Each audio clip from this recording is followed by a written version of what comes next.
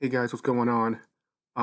Unfortunately, we have to talk about COVID, and I know you're like, fuck, Robert, again, we have to talk about it, and I know I've been so good. I can't remember the last video I made about COVID. I mentioned it in passing when it's released to other things, but it's been a couple of months since I did a whole video directly related to COVID because I'm sick of hearing about it. I know you're sick of hearing about it. I don't know a single person, regardless of where you are on the issue, who isn't sick of hearing about it. But there's this bombshell study that the CDC released a couple of days ago that the liberal media is completely not talking about it. Not a single one. For the side that says listen to the experts, listen to the science, listen to the CDC, they conveniently, surprisingly, shockingly, do not publish many important CDC studies when it's contrary to the fear-mongering over-exaggeration narrative they are pushing. Sure, they cherry pick and they push things that the CDC reports when it suits them. When it doesn't, they just conveniently don't talk about it. And I have to bring this up first of even though the legacy media, their viewership is the lowest in decades, they still have a stranglehold on a huge segment of the population. Now, what do I mean by that? Most people, even people who listen to mainstream news, who are complete NPC sheeple, they don't watch TV. They don't watch news on TV. They don't watch CNN or ABC or MSN anymore. Now they just see it on Facebook or on Twitter or on Instagram or on just the internet in general. So while they're getting their news from the internet, they are still almost exclusively getting their news from radical left-wing mainstream publications. And they trust these sources 100% completely without a doubt, don't even think to question anything that they publish. They never look into anything that these news organizations say to figure out whether it's true or not. Because if they did, if they bothered for just 5 seconds to look anything up, I know I've said this so many times, I feel like a broken record, man. I can't believe it. I'm 30 years old and I'm already a broken record. Man, I can't believe what I'm going to be like when I'm 60. I'm such a grouchy old man. Sorry, side note. If they would bother to look anything up for 5 seconds, they could find that what the news is saying is incorrect. Even with Googling censoring the fuck out of their search results, we'll get into that later about how Facebook, Twitter, Google, YouTube, whatever, censors massively information that they don't like, that is anything contrarian to their radical leftist narrative. Still, you can still get through the algorithm because it's not 100% accurate, and you can still find information that proves that the media is lying, but they never do. I wish they would do a study.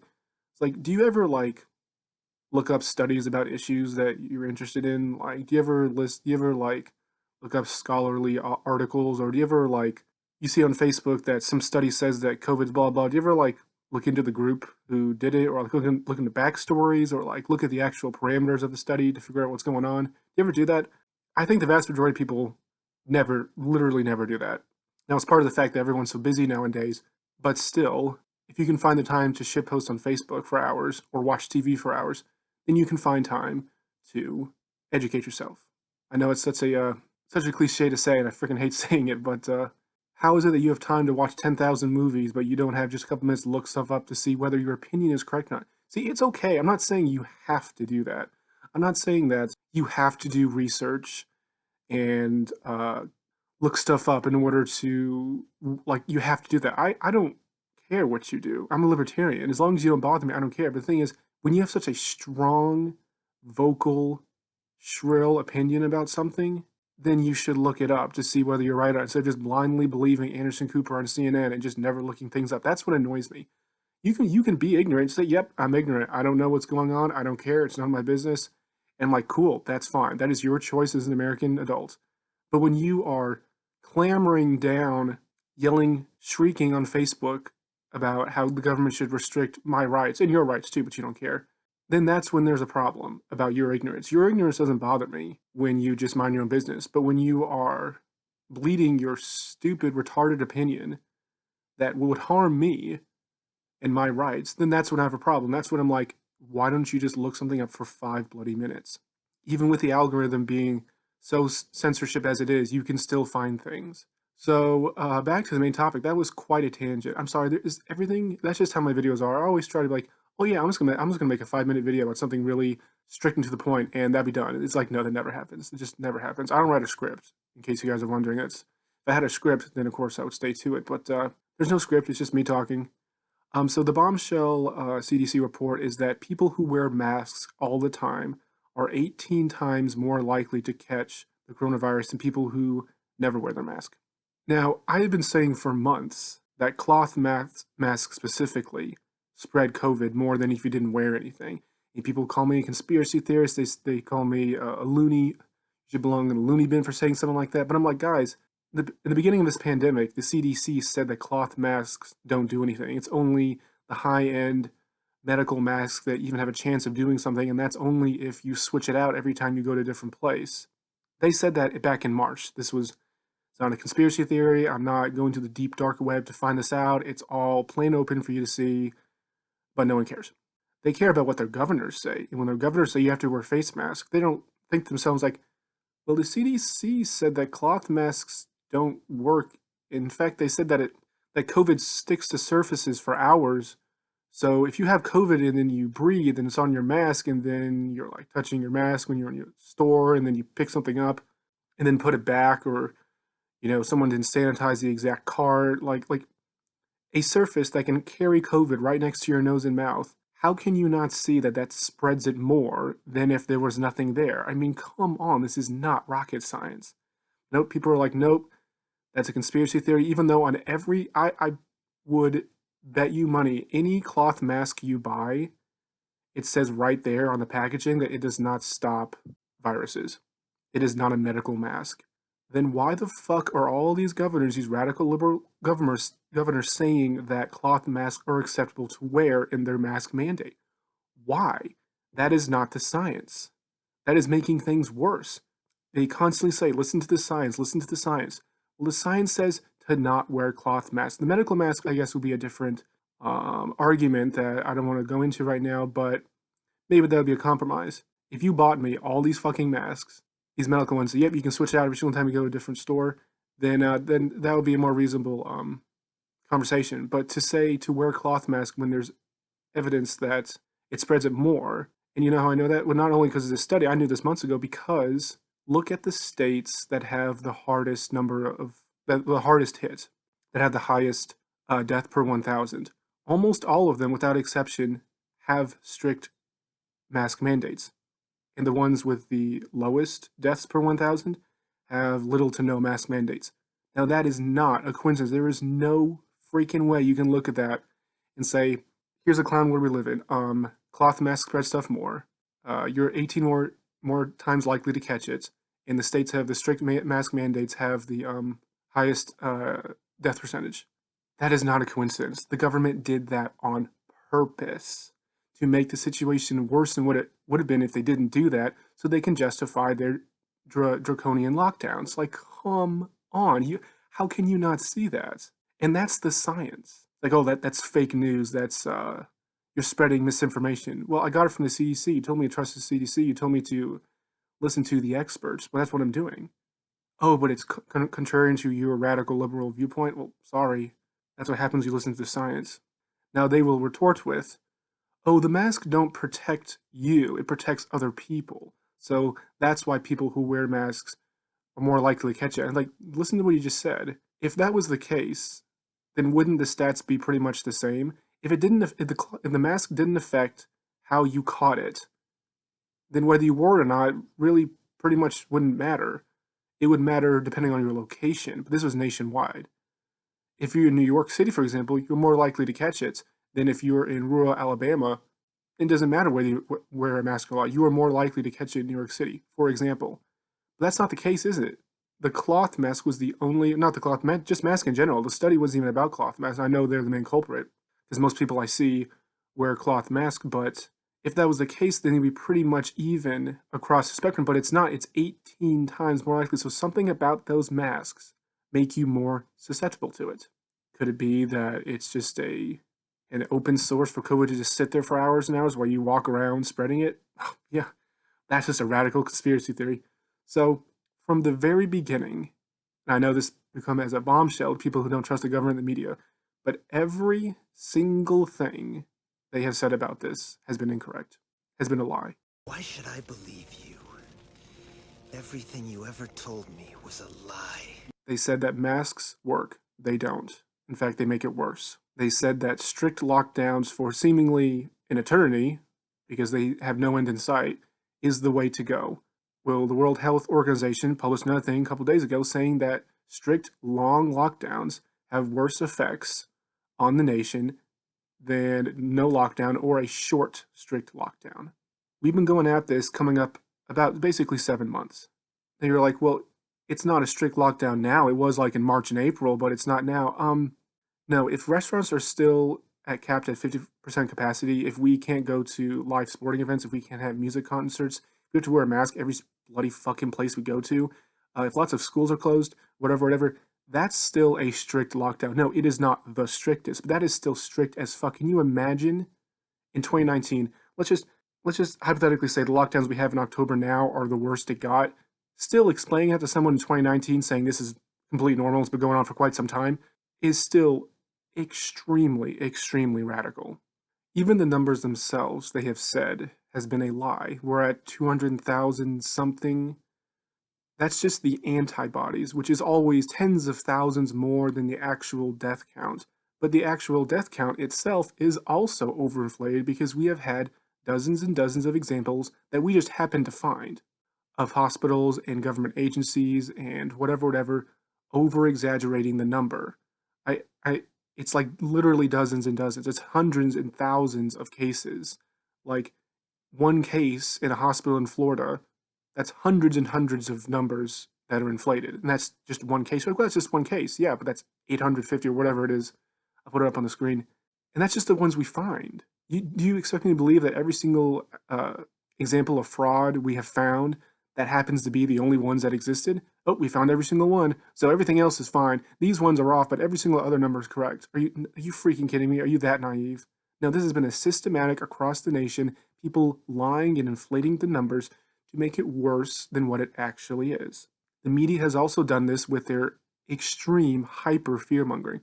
Here's a study that this one group did that showed that in UK and Sweden, and the US numbers are about the same, that the average American thought that 6 to 7% of the entire country's population has died from COVID because they listen to the news all day, every day, and it pumps them full of fear and fake news and making shit up that they think it's astronomically more worse than what it is. In fact, 100 times worse than what it actually is. So the average person thinks that the coronavirus has killed 100 times more people than what it actually has. And that, again, is based on the fake numbers that we know are astronomically inflated anyway. So the whole situation is just completely fucked. From top to bottom, every single thing has been twisted or inflated or exaggerated or half-truth or whatever the situation may be. Nothing is just, here's what it is, blah, blah, blah, on their side of the aisle. My side of the aisle has the science to back it up just in plain English, strict black and white terms. This is what's happening. Like, this is the death rate, 99.98%, I think. I don't have it in front of me. I'll put it up. Like Amy Coney Barrett, I don't have any notes. So, if I'm off by like a point or something, then I'll just make an annotation. You can see it up on the screen when I'm talking, but I'm just going off what I remember. Was it 99.98? That is true. That is not inflated. That is not underinflated. That is not anything. That is literally what it is. Another thing I lied about is that they don't want kids in in-person learning for school like through 2021. Well, Fauci, who everyone, the left just screams over, listen to Fauci, listen to the expert, he knows what he's talking about, he's such a good leader. Well, I did, and he said that kids should go in-person learning as soon as possible, so each county, each school district should do their own thing depending on their exact situation they're dealing with. But if they can do it, they should. That's not what you're saying. You're saying to like keep them virtual learning seemingly forever with no end in sight. And if there is an end in sight, I would like to hear any Democrat tell me when this shit would end. Because I have not gotten a single answer. Like, do the numbers go down? I'm like, the numbers have been going down generally for months now. Yes, there are certain spikes every once in a while. In certain cases, like I believe Georgia off the top of my head has a little high numbers than usual.